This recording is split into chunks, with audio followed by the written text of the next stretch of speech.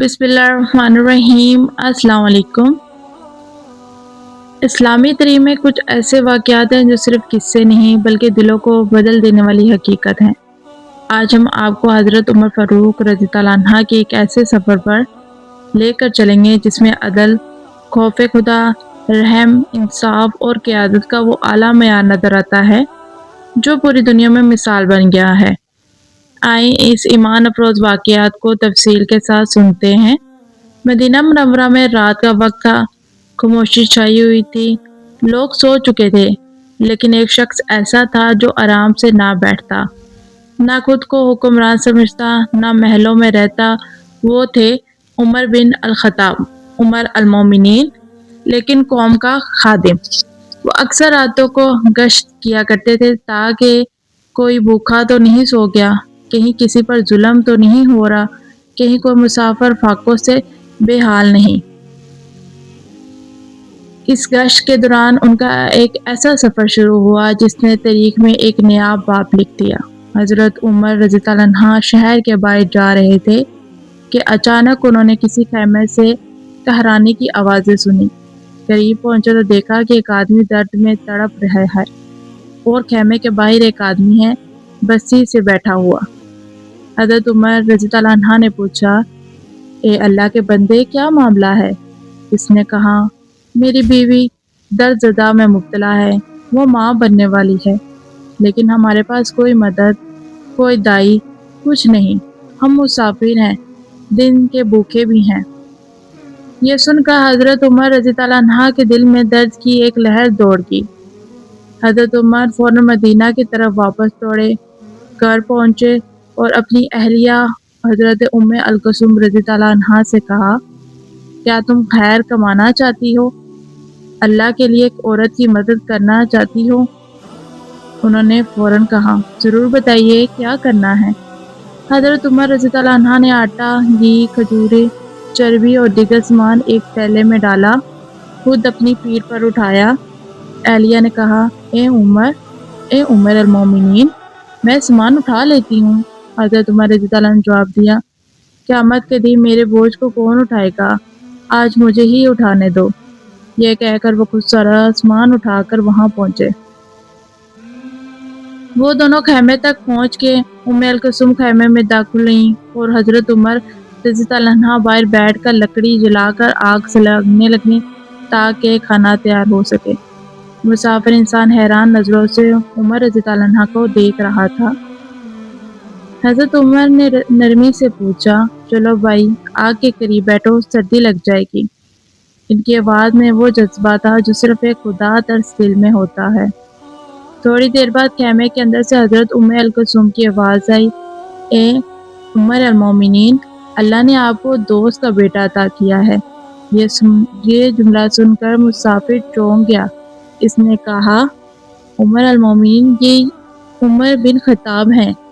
अब उमर ने मुस्कुरा कर कहा, हाँ भाई, डरो नहीं, तुम हमारे मेहमान हो। मुसाफिर लसते हुए बोला, खुदा की कसम, मुझे मालूम होता कि अमीर अल-मोमिनीन खुद मेरे लिए लकड़ियाँ जला रहा है तो मैं कभी आपको बैठने ना देता। उमर रज़ियल्लाहु अन्हा ने कहा, अगर तुम्हें पहले पता होता तो हम वहाँ सवाब कैसे कमा पाते जो अल्लाह ने आज हमारे लिए लिखा है। हज़रत उमर रज़ियल्लाहु अन्हा ने खाना तैयार किया, चूल्हा जलाया, हांडी रखी, आटा गूंदा, रोटियाँ पकाईं, शोरबा तैयार किया। वो सब कुछ इस मोहब्बत से कर रहे थे जैसे वो अपने घर वालों के लिए खाना बनाते हैं। फिर औरत के लिए खाना खैमे में भेजा और मुसाफिर के सामने रखी हुई हांडी से खुद अपने हाथ से इसे खिलाते रहे। ये मंजर ऐसा था कि फरिश्ते भी हैरान हुए। जब माँ खाना खा कर आराम करने लगी, उम्मे कुलसूम बाहर आई और कहा, ए उमर अल-मोमिनीन, औरत कह रही है, अल्लाह उमर को जज़ाए खैर दे, उसने हमारे लिए बड़ा एहसान किया है। हज़रत उमर रज़ियल्लाहु अन्हा की आंखें नम हो गईं। उन्होंने आसमान की तरफ हाथ उठाकर कहा, ए अल्लाह, इन मुसाफिरों का सफ़र आसान कर, इनके बच्चों को इनके लिए रहमत बना और उमर को अपनी रहमत से महरूम न कर। सुबह हुई। हज़रत उमर रज़ियल्लाहु अन्हु ने एक बार फिर सामान दिया, कुछ खजूरें, कुछ दरहम, और कहा, ये ले लो, सफ़र आसान हो जाएगा। मुसाफिर ने कहा, मैं सारी ज़िंदगी लोगों को बताऊंगा कि अमीर अल-मोमिनीन عمر بن خطاب خود ہمارا خادم بن کر آیا تھا۔ حضرت عمر رضی اللہ عنہ نے اس کی بات سن کر کہا، نہیں بھائی، میں نہیں، اصل خادم تو اللہ ہے، ہم تو صرف اس کی مخلوق کی خدمت کے لیے بنائے گئے ہیں۔ حضرت عمر رضی اللہ عنہ کے سفر میں ایک اور مشہور واقعہ ہے کہ ایک رات وہ شہر سے باہر نکلے تو ایک اور خیمہ نظر آیا، اندر بھوک سے بلکتے بچے تھے، باہر ایک اماں بیٹھی تھی جو ہانڈی میں پانی ڈال کر ابال رہی تھی۔ حضرت عمر رضی اللہ عنہ نے پوچھا، بہن بچے کیوں رو رہے ہیں؟ اس نے کہا، وہ بھوکے ہیں، میں انہیں سلا نہیں پا رہی، ہانڈی میں پانی ڈال کر ابالتا دکھا رہی ہوں، شاید سو جائے۔ حضرت عمر رضی اللہ عنہ کے لرزتے ہوئے الفاظ، کیا تم نے خلیفہ کو بتایا؟ عورت نے غصے سے کہا، وہ ہمارا حال کیا جانے، اسے تو معلوم بھی نہیں کہ اس کی رعایا بھوکی ہے۔ حضرت عمر رضی اللہ عنہ نے کچھ نہ کہا، بس فوراً واپس دوڑے، بیت المال پہنچے، ایک بوری آٹا، گھی، گوشت، کھجورے، روغن سب کچھ رکھا۔ خادم نے کہا، میں اٹھا لیتا ہوں۔ حضرت عمر رضی اللہ عنہ نے سختی سے کہا، کیا تم قیامت کے دن میرا بوجھ اٹھاؤ گے؟ یہ بوجھ صرف عمر ہی اٹھائے گا۔ وہ 10 کلو سے بھی زیادہ وزنی تھیلی کندھے پر ڈال کر اس خیمے تک پہنچ گئے، چولہے پر خود ہانڈی رکھی، آگ جلائی، کھانا پکایا اور بچوں کو اپنے ہاتھ سے لقمہ کھلایا۔ ماں نے روتے ہوئے کہا، اے نیک انسان، تم خلیفہ سے زیادہ رحم دل ہو۔ عمر نے کہا، بہن اگر عمر رحم دل نہ ہوتا تو خلیفہ بنتا ہی کیوں؟ جب عورت نے مدینہ آ کر دیکھا کہ خلیفہ کون ہے تو وہ چیخ اٹھی، یہ وہی شخص ہے جس نے کل رات ہمیں کھانا دیا تھا۔ حضرت عمر نے اسے سکون سے کہا، بہن عمر کی غلطی تھی کہ تم تک مدد نہ پہنچ سکی، اللہ مجھے معاف کرے۔ حضرت عمر اپنی رعایا کے انفرادی مسائل تک خود جاتے، راتوں کی نیند خراب کرتے، آنسو بہاتے، اکیلے بیٹھ کر روتے۔ وہ کہتے تھے، اگر دریائے فرات کے کنارے ایک کتا بھی بھوکا مر گیا تو عمر سے اس کا حساب لیا جائے گا۔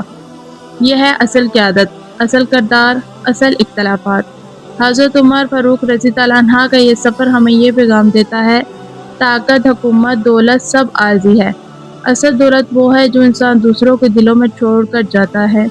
دوسروں کی خدمت، ان کی بھوک مٹانا اور ان کے آنسو پوچھنا، یہی وہ راستہ ہے جو اللہ کے سب سے قریب لے جاتا ہے۔